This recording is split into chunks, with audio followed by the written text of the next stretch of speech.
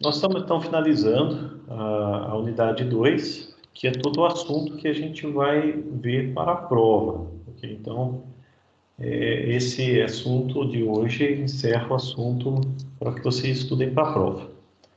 É um assunto diferente, estamos falando de dinâmica. Dinâmica fala de força, né? Forças, equilíbrio de forças, as leis de Newton, né? Mas a gente vai aplicar essa dinâmica agora em uma trajetória diferente, uma trajetória curva, né? Esses problemas que a gente vai ver são muito comuns. Aqui eu trago um exemplo, né? Por exemplo, um veículo trafegando numa curva, né? A dinâmica, né? Os esforços sobre o veículo na curva são diferentes da linha reta. Nós vamos ver isso hoje. Por exemplo, aqui o atleta está lançando uma bola, né? Que está fazendo uma trajetória curva. E aqui vocês têm a própria física dos planetas, né, que orbitam, e a força dessa órbita deles faz com que eles realizem uma trajetória curva. Então, também sobre eles se aplica essa dinâmica. Então, é um assunto bem amplo, né? Nós vamos ver alguns exemplos aqui e me interrompam aí se vocês, como pode ser um pouco novo, algumas coisas para vocês, me interrompam aí caso não estejam acompanhando.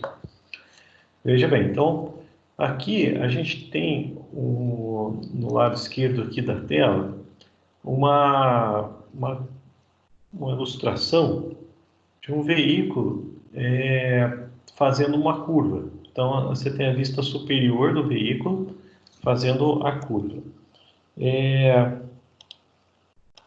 Ele, olhando do lado de cima, né, da vista superior, a gente consegue ver uma velocidade que a gente chama de velocidade tangencial. Então, eu coloquei aqui, ó, componente tangencial. O que é tangencial? Que fica tangente à curva, né? Então, veja que a velocidade está sempre tangente à curva, né, que ele está fazendo. E você tem uma componente que é chamada normal. Por que normal? Né? Ela está a 90 graus do centro da curva. Então, o centro dessa curva aqui, se você olhar 90 graus, sempre apontando para o centro, é a componente normal, né? Então, ela sempre aponta para a direção do centro da trajetória. Isso que a gente chama de componente normal, e tangencial, tangente à trajetória. Quem é a componente tangencial aqui, né? É a velocidade que o veículo trafega. E a componente normal, que aparece aqui durante a trajetória, é uma componente nova, que é uma aceleração que a gente chama de centrípeta, que aponta sempre para o centro da trajetória e pode ser equacionada pela velocidade do veículo pelo raio da curva aqui, né? Então, ele está fazendo uma trajetória circular, esse círculo tem uns raios. O raio desse círculo é o que aparece nessa equação. Ora, se tem uma aceleração centrípeta, né, existe uma força, né? O veículo tem uma certa massa, então você tem uma força centrípeta também, apontando então para o centro da trajetória. E é essa força, essa aceleração, que possibilita o veículo se manter na trajetória curva. Sem ela, ele sai da curva. Então, notem aqui que nesse ponto aqui o veículo começa a sair da curva, então some a componente centrípeta. Então, sem a componente, ele passa a realizar uma trajetória linear, ó. Saiu da curva, né? Outra coisa é que essa aceleração centrípeta, né, ela fica mudando dependendo dessa velocidade. Veja que a velocidade não fica constante, né, ao longo de toda a trajetória, né? Então, a gente tem que observar a velocidade no momento para calcular essa aceleração. Só um instantinho aqui que tem um aluno aqui para entrar na sala.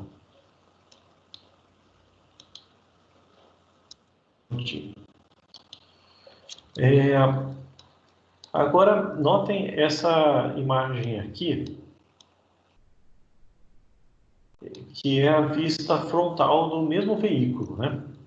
A gente tem as forças que estão sendo aplicadas sobre o veículo. Então, esse veículo tem uma massa, né? Obviamente. Ele está sujeito à aceleração da gravidade. Então, aparece a componente peso. Pela terceira lei de Newton, né, uma ação, a ação da força-peso gera uma reação normal do solo, que é a força normal. Então, peso normal, nesse caso, são as mesmas, né? E apontando aqui para o centro da trajetória curva, né, está a componente normal. Nesse caso aqui é o atrito, que segura o veículo na trajetória. Mas essa força que segura o veículo na trajetória, ela não está em equilíbrio, ou seja, o veículo não está... a somatória de forças aqui não é zero. Ela é a própria força centrípeta, né, que é a massa vezes a aceleração centrípeta. Então, isso vai gerar uma mudança, né, na hora da gente criar, né, equacionar as forças sobre o veículo. O mesmo acontece, por exemplo, um outro exemplo aqui, num avião fazendo uma trajetória circular. Então, ele está em pleno voo, né? Porém, ele está voando em círculos. Então, ele está fazendo uma trajetória curva.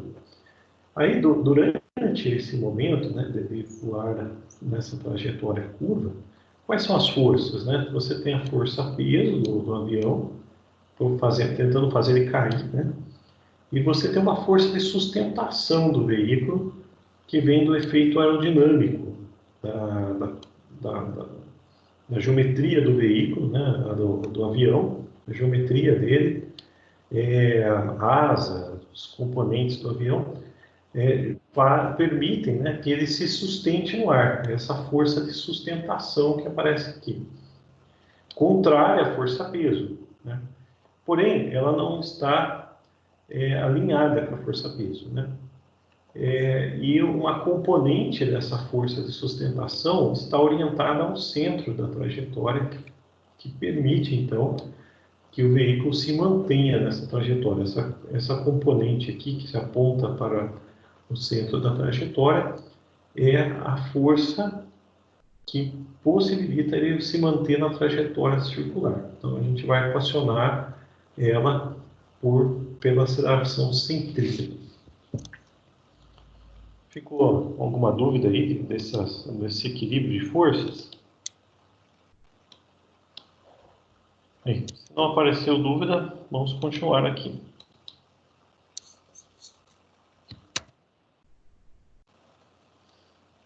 Então, vamos colocar a mão na massa. Vamos aplicar essa teoria, né, num problema cotidiano.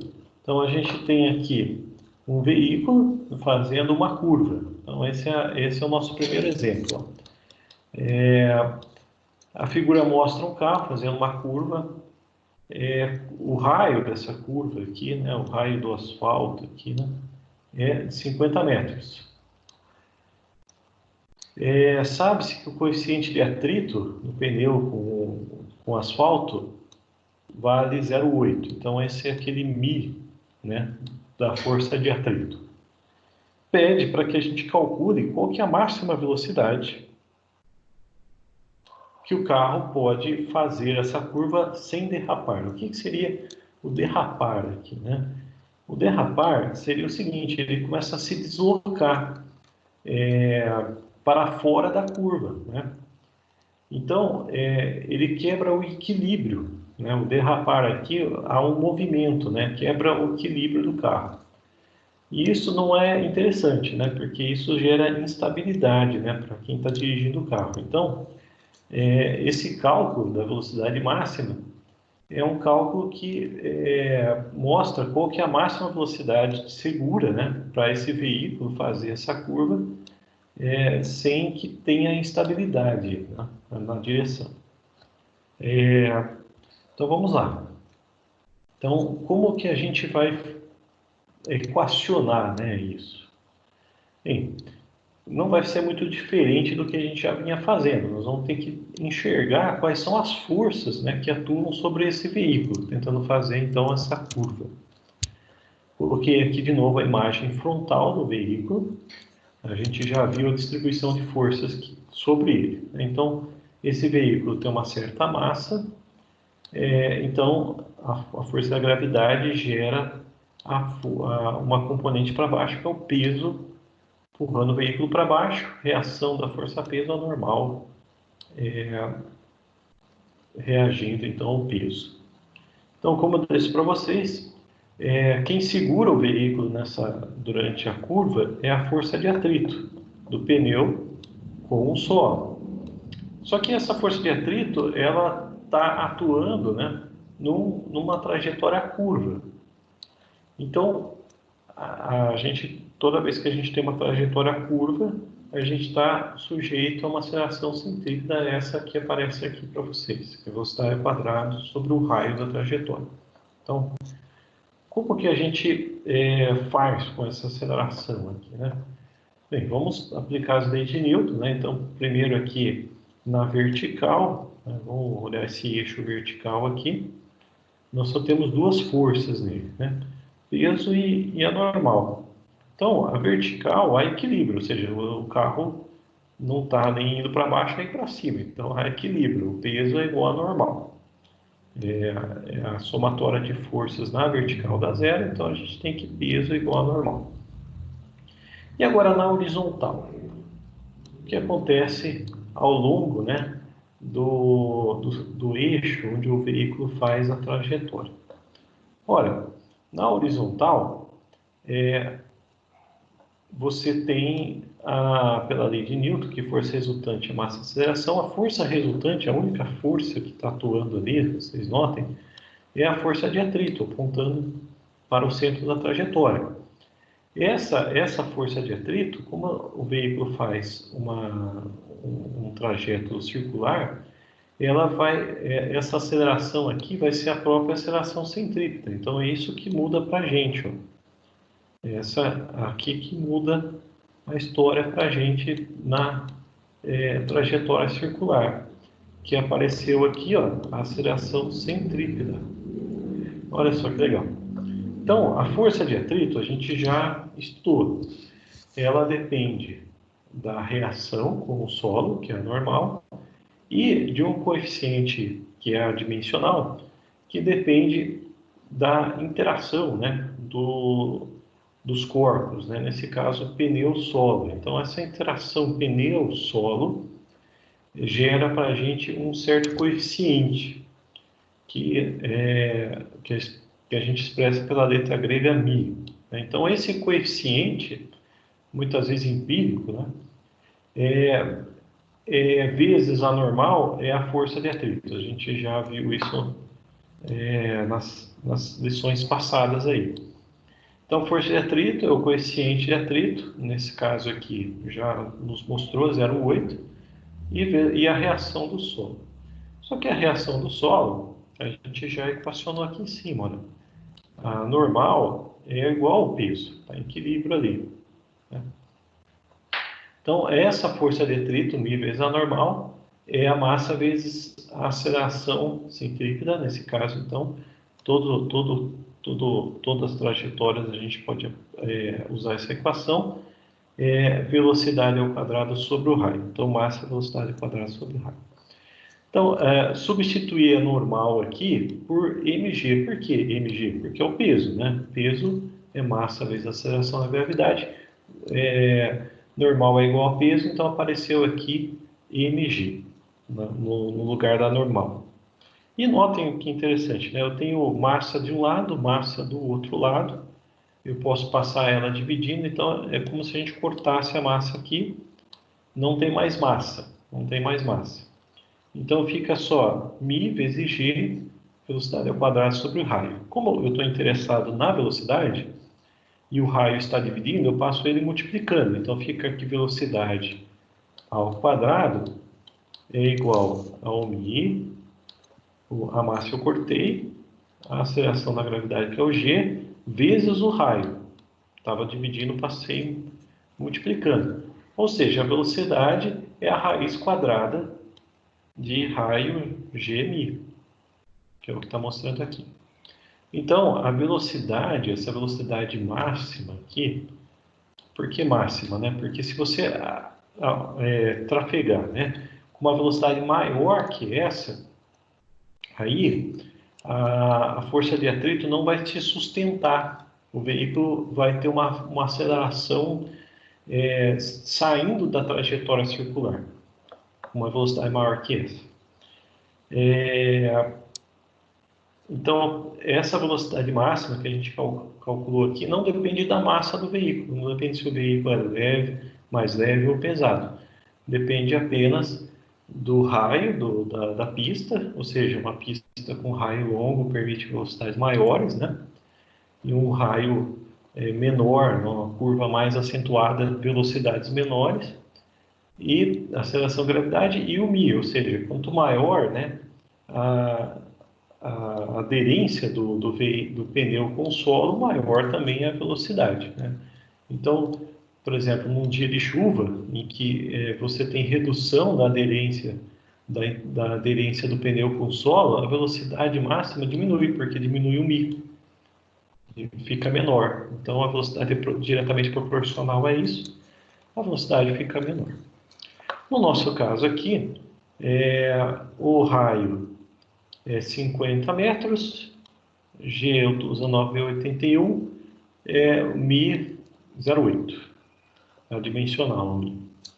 Então, a velocidade, só fazer as contas aí na calculadora, dá 19,8, ou seja, em torno de 71 km por hora. Aí, é lógico, né? Se esse cálculo está mostrando 71, né? 0,3, né? Você não deve fazer essa curva 71, né?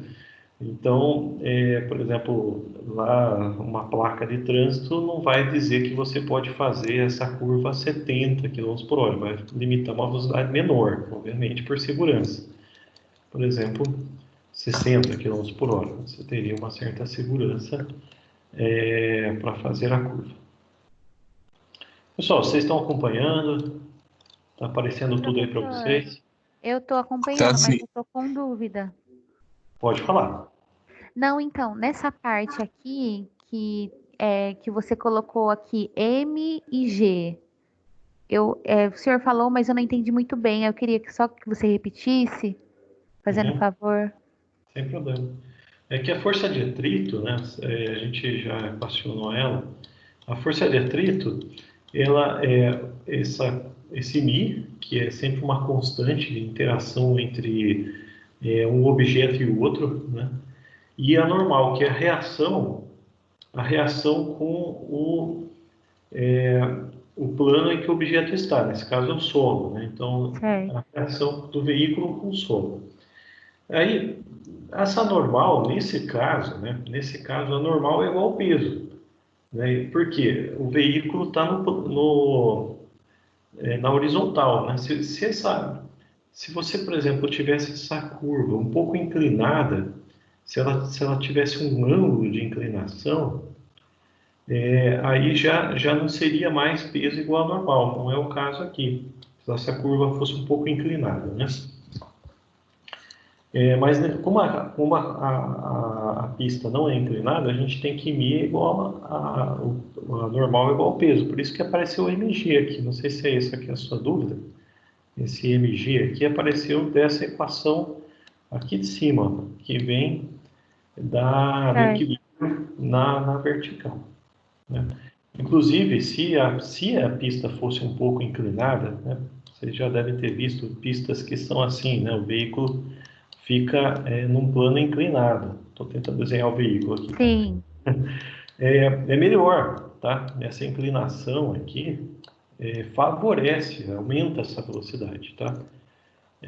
Porque você, além da força de atrito sustentando o veículo na trajetória, você tem uma componente do peso também mantendo o veículo na trajetória. Então, na verdade, essa solução de pista inclinada, mesmo que essa inclinação seja pequena, ela é a recomendada, né, para manter maior velocidade da pista.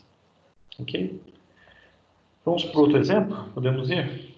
Professor, Mais alguma dúvida?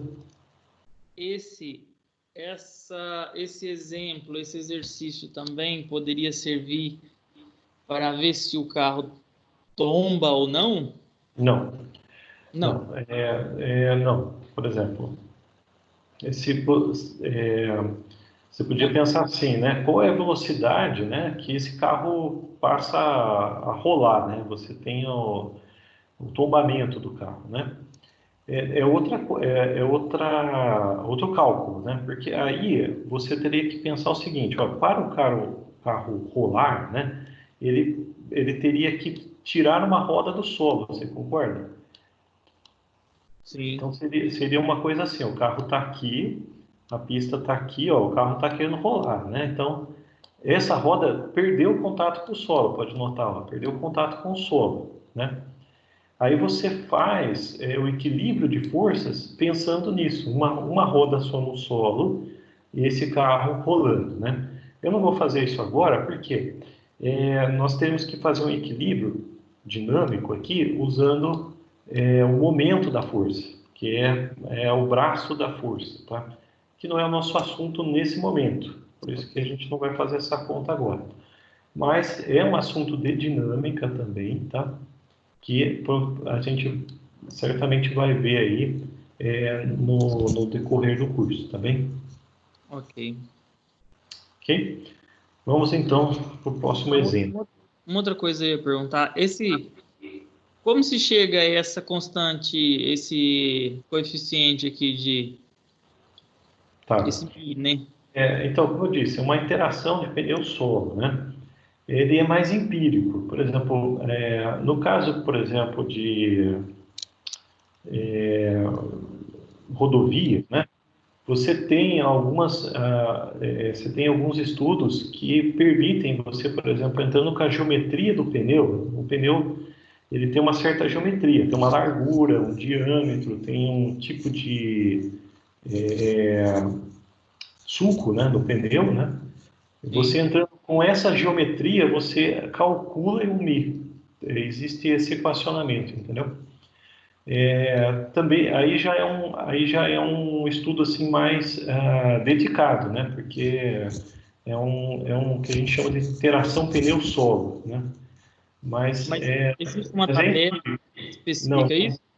não tem uma tabela, assim, é uma coisa, como eu disse, né? Você pode calcular isso a partir dos dados do pneu. Então, por exemplo, se você pegar o catálogo do pneu e procurar essa teoria sobre interação pneu-solo, pode te levar ao número do Mi aqui, né? Ok. Ok. Ok. Mas esse é um assunto bem assim específico de assuntos de dinâmica de pneu solo, vamos dizer assim, tá certo? Em máquinas agrícolas, por exemplo, esse valor é muito relevante, porque ele determina, né, qual é o esforço, por exemplo, que um trator consegue fazer num solo, certo? Porque se ele fizer um esforço maior do que o Mi, ele rompe o solo, ele derrapa, né? Que é esse que é É o efeito. verdade. Quando você aplica uma força maior do que o atrito te permite, você derrapa. Então, Patina. essa derrapagem não precisa ser necessariamente lateral, no caso desse nosso estudo, né? Uhum. Poderia ser, por exemplo, você querer acelerar, você impõe uma aceleração maior do que o solo te permite. Acontece, aí o pneu derrapa, entendeu? Ele patina, né? E não Isso. acaba não tracionando como deve. Exatamente, essa aqui que é a ideia do Mi, tá bem? Esse Mi é muito experimental, né? Deve ter a fábrica deve fazer muitos experimentos para saber isso aí, né? Sim, é empírico que a gente chama, né? Você determina ele através de testes, é isso que significa ser empírico, né? É Entendi. uma coisa que você necessariamente calcula, né? Mas existe cálculo para isso, tá? Mesmo a partir de valores empíricos, você consegue determinar o valor do Mi, Ok. ok? Bem, no próximo exemplo aqui, a gente tem um veículo totalmente diferente, um avião. Esse avião, ele está em voo. Aqui a gente tem uma vista lateral da trajetória do avião. E esse voo é ao longo de um círculo, de uma trajetória circular. Então, estou mostrando parte da trajetória aqui, né? Mas o avião ele vai passar desse ponto para... Ele já vinha em trajetória circular, ele vai continuar em trajetória circular. Estava descendo e depois vai passar a subir. Aí ele fala o seguinte, olha, o raio dessa trajetória circular é de 2,5 km.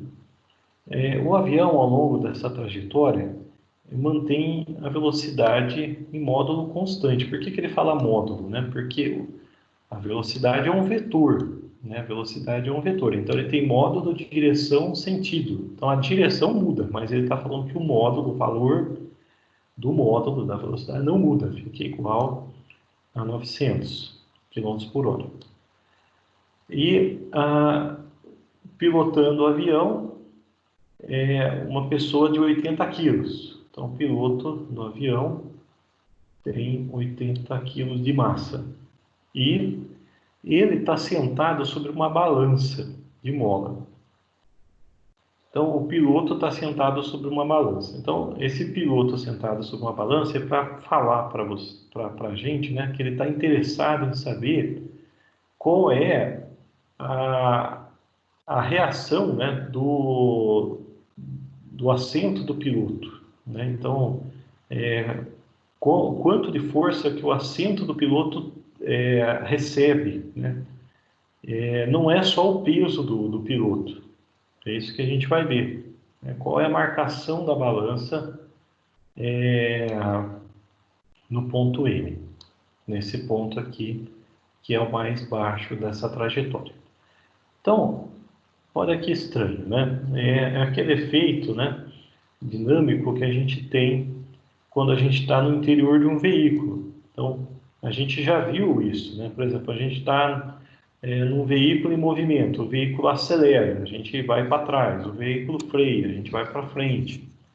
E nesse caso, o avião ele sobe e desce. Então, para quem já deu uma voltinha de avião, sabe que quando o avião está acelerando, né, ou subindo ou descendo, a gente sente essa aceleração quando está sentado lá dentro do avião, né? Então, isso está acontecendo com o piloto. Porém, o avião está fazendo uma subida, né, num raio relativamente pequeno, né, perto dessa velocidade, né, de 900 km por hora. Então, ele vai receber uma aceleração, o piloto, né, vai receber uma aceleração significativa aí durante a trajetória desse avião, e a gente precisa equacionar isso. Então, como a gente faz, né? Vamos pensar de maneira a solucionar o problema usando dinâmica. Então, sempre nesses problemas de dinâmica, a gente está falando de força, a gente tem que enxergar quais são as forças que atuam sobre os objetos. Então, no caso do avião, quais são as forças que atuam sobre o avião? Ora, o avião tem uma certa massa. Sempre pensamos assim. Então, se ele tem massa, ele tem um peso, por causa da aceleração da gravidade. E tem uma força, né, contrária a esse peso aqui, que é a força que está sustentando o avião no ar, que é aqui nesse caso aqui eu chamei de normal, mas é a força de sustentação, né, do avião para ele não cair, né, contrária à força peso. E como ele está, o avião, né, ao longo, pensando aqui nessa componente vertical, né, essa componente vertical, ela faz parte aqui da trajetória circular, ou seja, a normal está apontando para o centro da trajetória, né? Tem um centro aqui, ela está apontando para o centro da trajetória. A gente tem que pensar, toda vez que tem uma curva, né, na aceleração da centrípeta. Então aparece aqui, ó, certo? Maravilha. Então, olhando aqui o equilíbrio vertical, pela lei de Newton, né, força resultante, massa, aceleração, mas quem é essa aceleração? É a centrípeta. Então, a força resultante é a normal, que deve ser maior que o peso, para o avião não cair, né? A normal menos o peso, e isso vai ser igual a massa vezes a aceleração, como está em trajetória circular, é centrípeta. Ora, o peso do avião, eu conheço o peso do avião. É massa e aceleração da gravidade. Esse é o peso do avião. É massa vezes a aceleração da gravidade. A massa dele, a massa do avião eu não tenho, mas eu estou interessado aqui não no avião, né? Mas no piloto que está recebendo a mesma aceleração do avião. Então, é o que eu estava dizendo para vocês, né? O carro acelera, a gente vai para trás, porque ele impõe uma aceleração no solo, mas a gente, estando dentro do carro, do veículo, a gente recebe essa aceleração. É a mesma coisa que acontece com o piloto. Ele sentado lá sobre essa balança aqui, dentro do avião, ele também recebe essa aceleração. Então, a massa aqui, no caso, a massa do piloto. Então, o peso do piloto é a massa vezes a aceleração da gravidade. Eu conheço já o peso. A massa do piloto já foi me informada. A aceleração é a velocidade que eu tenho e o raio que eu tenho também. Então, é fácil para a gente calcular aqui a normal. Quem é a normal? É a leitura da balança. É a reação sobre o assento. Então, a normal aqui é a reação da balança, que é o que eu quero saber. Qual que é a marcação da balança? Essa normal aqui. E quanto ela vale? Olha só, passa o peso para o outro lado da equação. A normal é massa vezes aceleração centrípeta. Eu só troquei aqui por velocidade dividido por raio. Peso estava negativo, passou para o outro lado positivo. Troquei por mg, por massa vezes g. Então, aqui, só para facilitar as contas, ó, tem a massa e a massa, eu coloquei ela em evidência.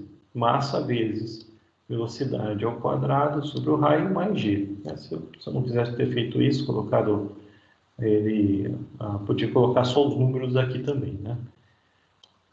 Vamos lá. Então, massa 80 kg, a velocidade do avião, né? A velocidade é 900 km por hora, mas eu não posso pôr 900 aqui, porque a massa está em quilo e a aceleração da gravidade está em metros por segundo ao quadrado. Então, a velocidade tem que estar necessariamente em metros por segundo. Então, estou aqui convertendo. Estou convertendo quilômetros por hora para metros por segundo. Só basta eu dividir por 3,6. 3,6. Então, 900 dividido por 3,6, 250 metros por segundo. E o raio é 2,5 quilômetros, né? Que normalmente eu tenho que me atentar à unidade, né? Porque eu tenho que colocar em metros aqui.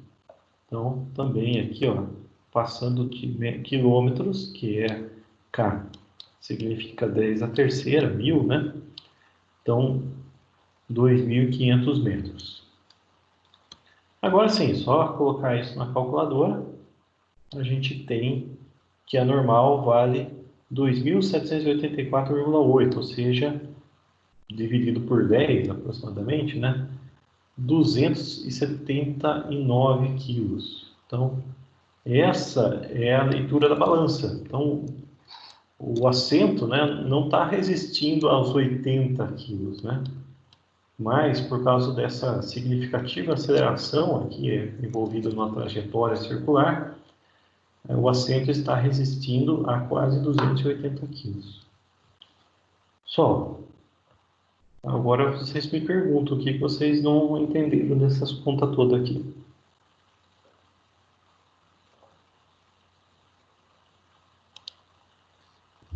Acho que todo mundo entendeu, professor. Ah, que bom. Professor, Pode falar. a força, essa FR aqui, vertical, FR, é isso. O que ela quer dizer mesmo? É resultante. A resultante. Resultante. E aí o senhor colocou normal menos peso. Essa é resultante. Justamente. São as duas forças que atuam aqui. Pode ver, só tem a peso, só tem a normal. Aí eu coloquei que o sentido positivo, né, é para cá, tá? E o negativo para lá. Por quê? Porque a normal é maior que o peso, senão ficaria negativo a conta aqui, né? Então, Sim, por isso que ficou normal menos o peso, porque eu sei que ela é maior, né, que o peso. Tá? entendi. Mas se fosse uma curva ao contrário, aí eu colocaria fazendo a curva ao contrário, né? O avião fazendo uma curva com a barriga do lado de dentro da curva. Aí se o piloto não tivesse com cinto, ele ia bater a cabeça no teto, assim, entendeu? Ele ia Exato. sair do assento, né? Então É, a marcação da balança, né, ia ficar menor do que o peso dele, né? sim, Talvez não ficasse por causa do cinto que segura ele, né? Mas você tem razão, aí você podia fazer, né, o contrário aqui, né? ao contrário aí, né? É. Entendi. Eu Mas estava em dúvida aqui é uma só sobre o convenção, resultante. aqui é uma convenção, tá? Se você tivesse deixado negativo aqui na normal, positivo no peso, não tem problema nenhum, só que o resultado ia dar negativo. Aí você entender que negativo está apontando para o outro lado. Só isso. Entendi. Ok. Tá? Não ia mudar o valor. Vamos lá? Vamos lá. Então, um último exemplo. Vamos ver um último exemplo. A gente tem aqui uma esfera presa por um fio, formando um pêndulo. Então, a gente está estudando, então, um movimento de oscilação. Então, esse assunto de movimentos de oscilação e tal, a gente vai ver em mais detalhes depois. Aqui vamos ver a questão de forças, né, sobre esse pêndulo, tá? Então, vamos lá. Então, uma esfera, aqui fala a massa da esfera, né, meio quilo, 500 gramas, é pendurada por um fio que tem comprimento de 70 centímetros. E ela oscila, né, vai para um lado para o outro, né, que nem o pêndulo do relógio. E quem faz com que ela vá para um lado para o outro é a gravidade. Então, alguém levantou a esfera numa certa altura aqui e soltou. Aí ela foi para um lado, para o outro, ficou oscilando de um lado para o outro, por ação da gravidade. E aí, num certo instante desse movimento, né, a esfera faz com a vertical aqui um ângulo de 30 graus, esse ângulo θ aqui. 30 graus. E a velocidade dessa esfera, nesse ponto, tal, é 1 metro por segundo. Falou, ele mediu aí, ele sabe a velocidade dessa esfera. E ela está subindo, né? Não terminou ainda a trajetória. Tá. Com todas essas informações, ele pergunta qual é o valor da tensão no fio, né? Qual é o módulo da força, ou seja, quanto é essa tensão aqui no fio, nesse instante. E qual é a aceleração tangencial da esfera. Bem, vamos fazer aqui, eu já estou mostrando para vocês a distribuição das forças no pêndulo, né? Então, tem duas forças atuando no pêndulo: a tração do fio e a força-peso. São essas duas forças que atuam. Peso apontando sempre para baixo, para o centro da Terra, né? Vertical. E a tração, sustentando a esfera nesse caso. Só essas duas forças. Mas aqui notem que o peso, que é mg, né? Ele foi decomposto. Decomposto com uma componente ao longo aqui do fio. Ó. Então, isso aqui, esse eixo aqui ao longo do fio, né? Vamos chamar de Y aqui, por exemplo, girou uma componente, o peso no Y. Né? Esse ângulo que está aqui, ó, ele veio parar aqui, que é o mesmo triângulo, podemos notar. Esse triângulo aqui é o mesmo aqui de cima, né? Então, o ângulo que está aqui veio parar aqui. E aí, com o ângulo, juntinho com o ângulo, a componente é cosseno. E sem o ângulo aqui na frente, mas é a mesma aqui em cima, né? Então por isso que ela apareceu aqui em cima, sem o ângulo, o seno. Então, notem que a gente decompôs aqui a força-peso para fazer um equilíbrio dessas forças ao longo desse eixo Y e ao longo de um outro eixo aqui, que é tangente à trajetória, vamos chamar de X aqui. Então, esse X é a tangente, ó, a tangente da trajetória. Ao longo do Y, a gente tem a tração e essa componente do peso, contrária a ele, a componente cosseno do peso. Uma contrária à outra. E como não tem movimento, né, nesse eixo Y, não tem movimento, o peso é igual a essa componente. E no eixo aqui tangente, ó, que é o X, a única força que aparece é a componente seno do peso. Então, essa componente seno do peso gera uma aceleração, ó, que faz com que atue, né, essa aceleração atue na esfera. Como a esfera está subindo, então essa componente aqui ela vai reduzindo a velocidade da esfera até que chega um ponto que a esfera vai parar. E essa velocidade que anteriormente era 1 metro por segundo vai ficar 0. Mas antes da gente equacionar isso que eu contei para vocês, eu quero acessar aqui essa aplicação para a gente enxergar melhor, né, toda essa dinâmica que ocorre no movimento do pêndulo. Então, vamos lá.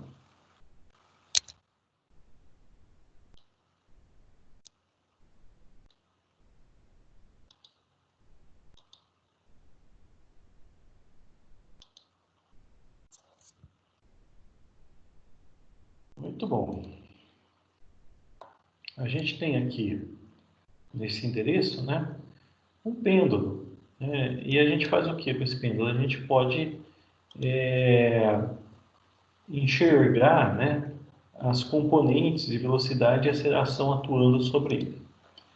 Primeiro, eu vou colocar aqui nas informações aquelas que estão no nosso problema, né? Então, no nosso problema ali, a gente tem uma massa de 0,5 kg Então, vou colocar aqui meio quilo.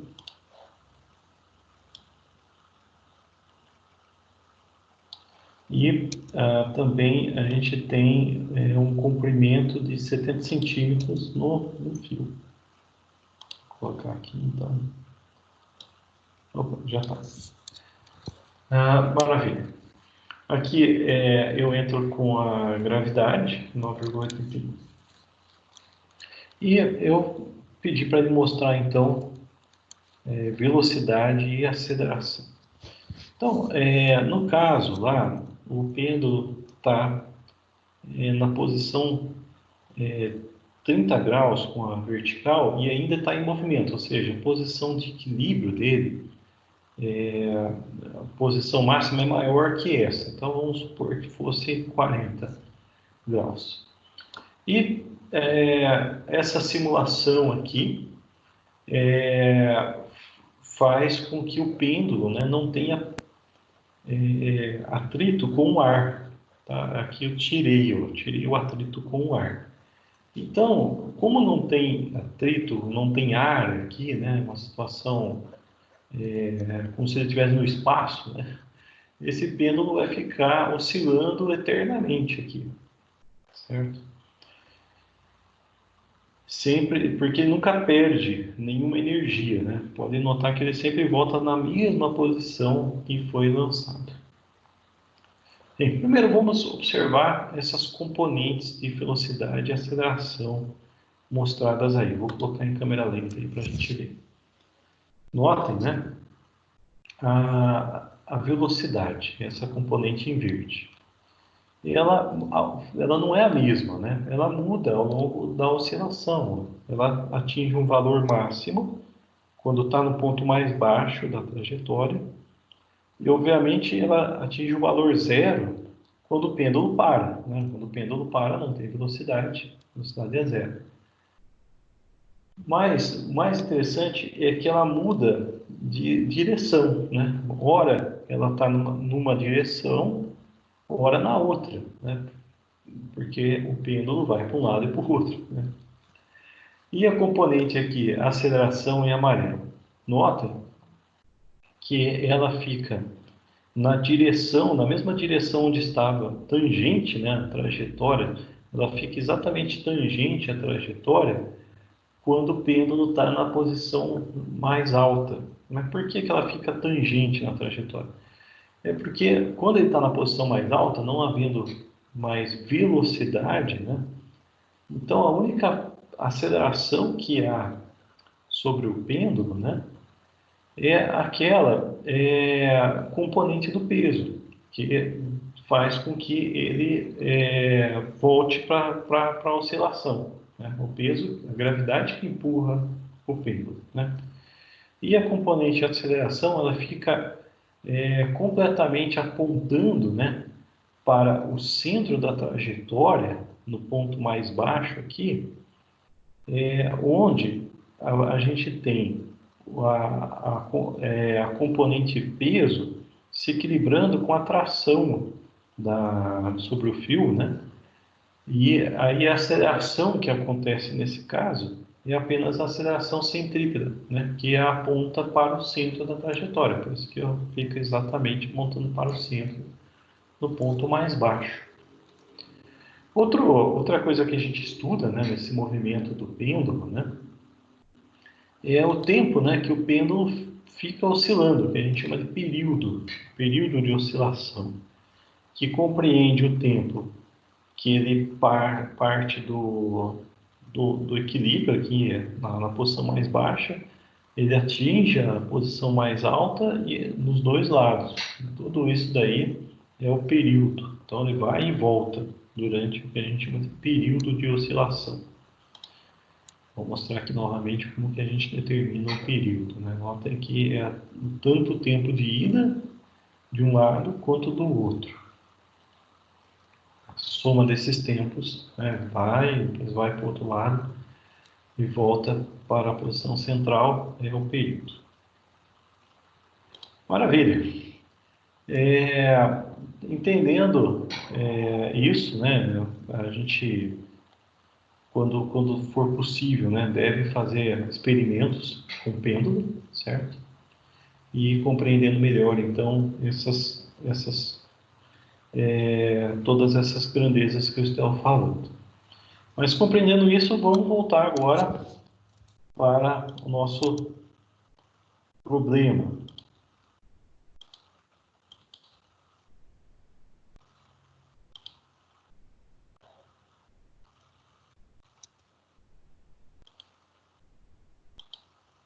Vamos lá. Então, voltamos aqui ao nosso problema.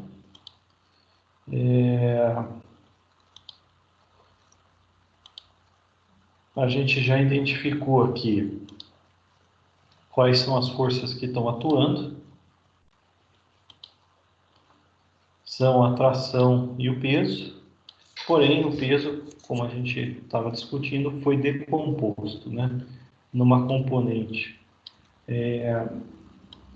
ao longo da linha do fio que segura o pêndulo e outra tangente à trajetória.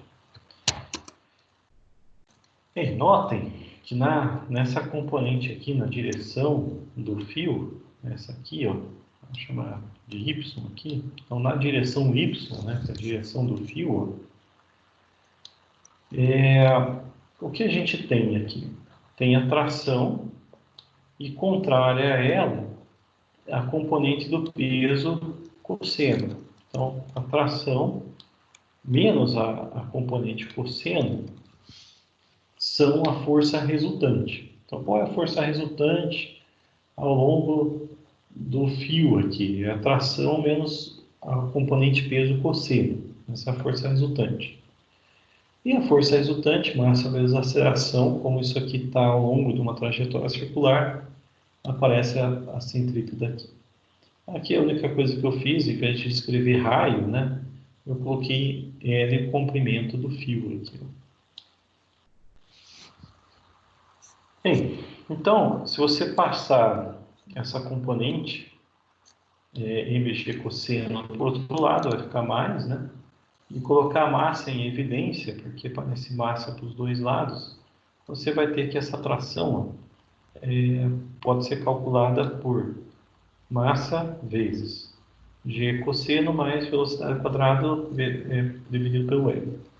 Então, a gente tem todos esses valores. A gente sabe qual é a massa da esfera, sabe qual é a aceleração de gravidade, sabe qual é o ângulo, ele falou que é 30 graus, sabe qual é a velocidade, informado aqui, da esfera nesse instante, e sabe qual é o comprimento do fio, informado também. Então a gente consegue calcular o valor dessa tração.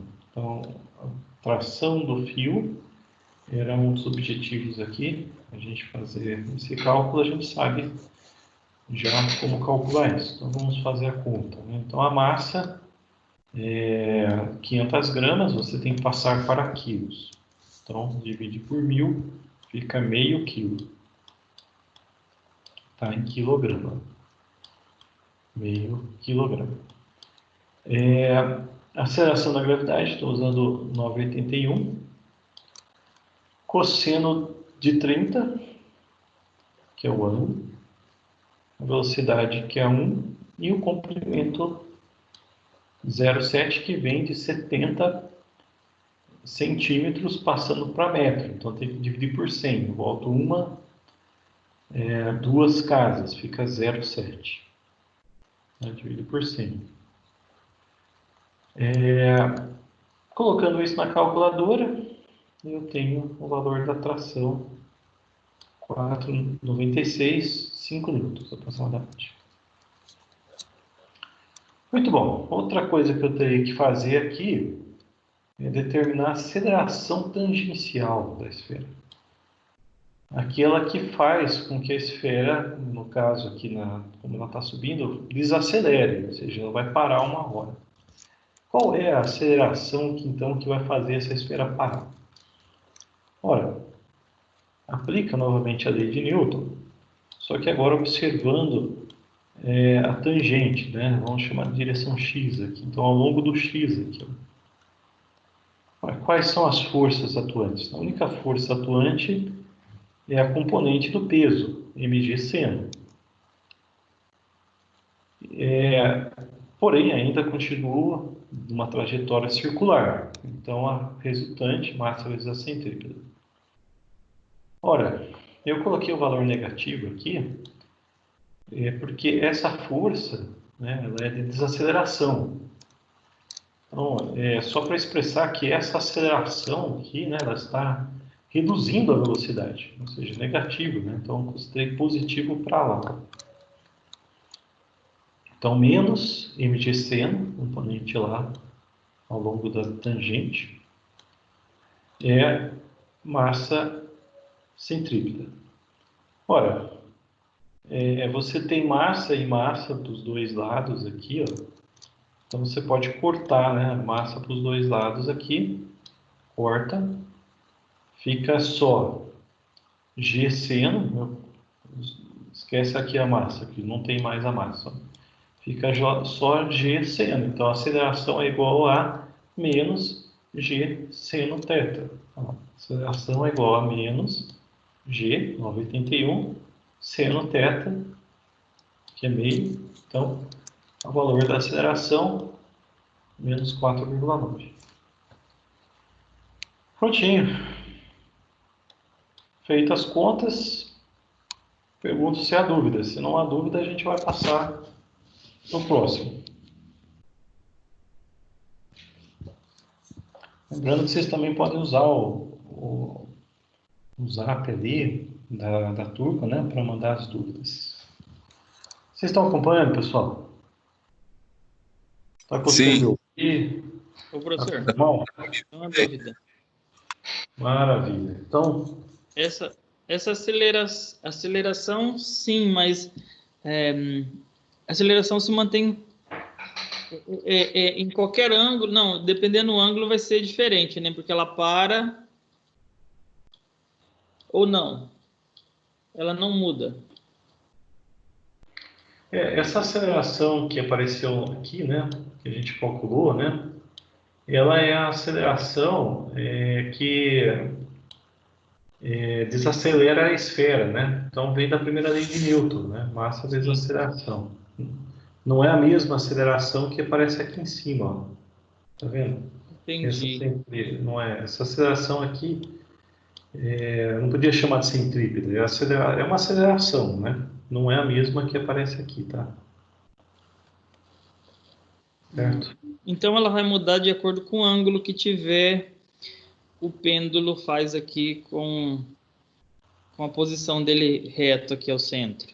Isso. Ou não? Sim, sim, muda. A aceleração muda, a velocidade muda, dependendo do ângulo. É diferente da que dá aqui no enunciado, né? Então, na verdade, ele falou que essa velocidade que apareceu no enunciado aqui, né? Ela só ocorre no instante, tá vendo? Nesse instante de 30 graus. Só exatamente quando o ângulo é exatamente 30 graus, a velocidade tem esse valor. No instante seguinte já não é mais esse valor. Ok. A ideia agora é fazer vocês fazerem as contas também comigo, né? Então, agora é a vez de vocês, ó. Eu não trouxe um problema muito simples. Vou confessar que não vai dar um pouquinho de trabalho para a gente fazer. Mas eu vou ler aqui o enunciado, vou fazer algumas explicações e vou dar um tempo para vocês, tá bem?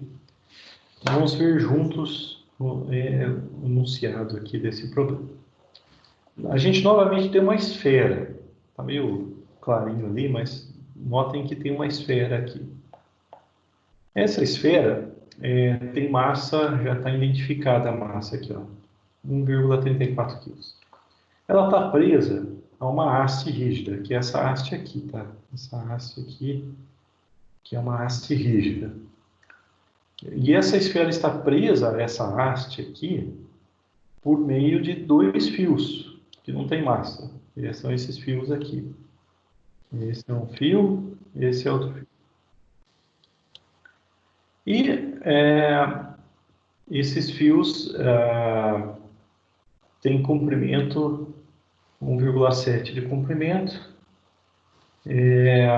estão separados numa distância de 1,7, distância desse ponto a esse ponto.